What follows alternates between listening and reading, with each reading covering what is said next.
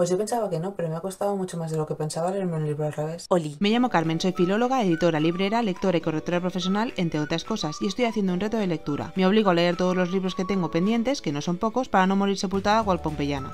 Los escojo al azar y luego os cuento cosas acerca de ellos. En anteriores episodios me tocó número 2 de David Fuenquinos. A veces, por mucho que nos esforcemos en algo, puede no acabar dándose. Y por muy bien que hagamos las cosas, aunque parezca que hayamos nacido para ello, la vida nos lleva por otros derroteros. Esto no significa que no seamos buenos, simplemente que hay alguna persona que cuadra más o que no es el momento para ello. Estamos de acuerdo en que todos tenemos frustraciones que tienden a superarse en cierto tiempo. Con algunas se va a necesitar más tiempo que con otras. Pero ¿qué pasaría si tu frustración más profunda se convirtiera en la franquicia más rentable y más larga de los últimos años? ¡Movida, movida! Pues esta es la historia del niño que pudo ser Harry Potter. Martin Hill es un niño normal de 11 años que vive en el Londres de finales de los 90. Por una serie de casualidades acaba siendo visto por el productor que se encargaría de adaptar las películas del mago más famoso de los últimos tiempos.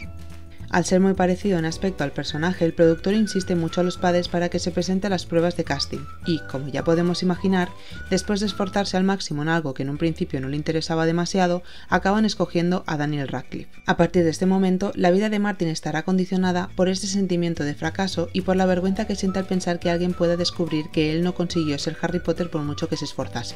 Y no va a ser fácil. Recordemos que los libros ya fueron un fenómeno de masas, pero con las películas el alcance mediático se convirtió en demencial y el chico estará aterrado en fechas cercanas a lanzamientos editoriales y estrenos de película.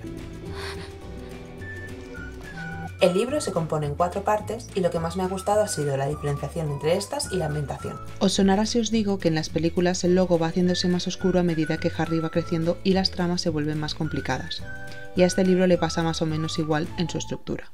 Al principio todo es esperanza e ilusión dentro de una vida normativa. Martin se ve motivado a presentarse a las pruebas para el casting y a partir de la segunda parte, cuando ya se sabe que no lo han cogido, es cuando todo se vuelve más difícil y tiende a empeorar por momento. Incluso vais a ver que hay elementos que recuerdan a la historia de Harry, lo cual va a crear una falta de identidad más destacable en Martin. La ambientación es lo que más me parece más señalable. El autor pone el foco en todo aquello que podía ser relevante para la construcción de los hechos. Y cuando digo todo, es todo, desde niñeras hasta sets de rodaje de películas que se estrenaron en ese tiempo.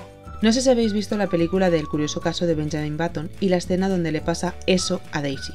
Se hace una explicación donde entran en juego muchos elementos y personas que por un cambio de rutina diaria no pueden evitar un fatal desenlace de alguien al que ni siquiera conocen. Algo así como un efecto mariposa creo que se llama.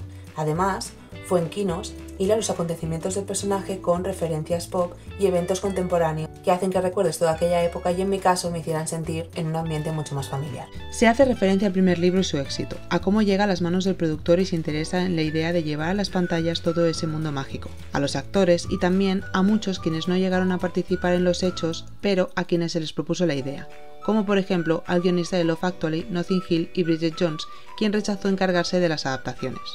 No es un libro tan comercial como el anterior, así que lo que os vais a encontrar va a ser un texto mucho más literario, donde lo importante es la reflexión que se hace del entorno, de las emociones de los personajes y de la psicología de estos. Ahí, por si os lo estabais preguntando, el autor nos advierte desde el principio que todo es ficción, es decir, evidentemente hay una dosis de realidad en el contexto y hay un niño al que le dijeron que no iba a ser Harry Potter en las películas, pero no tiene nada que ver con el protagonista de esta historia y de lo que le ocurre tras el desengaño. En resumen, el libro se queda y os lo recomiendo encarecidamente. ¿Y qué hubiera pasado si el libro no llega a estar defectuoso? Porque como buena millennial, un Potter, sea de la forma que sea, siempre va a venir muy bien. Potter. It's good to see you. Hasta luego.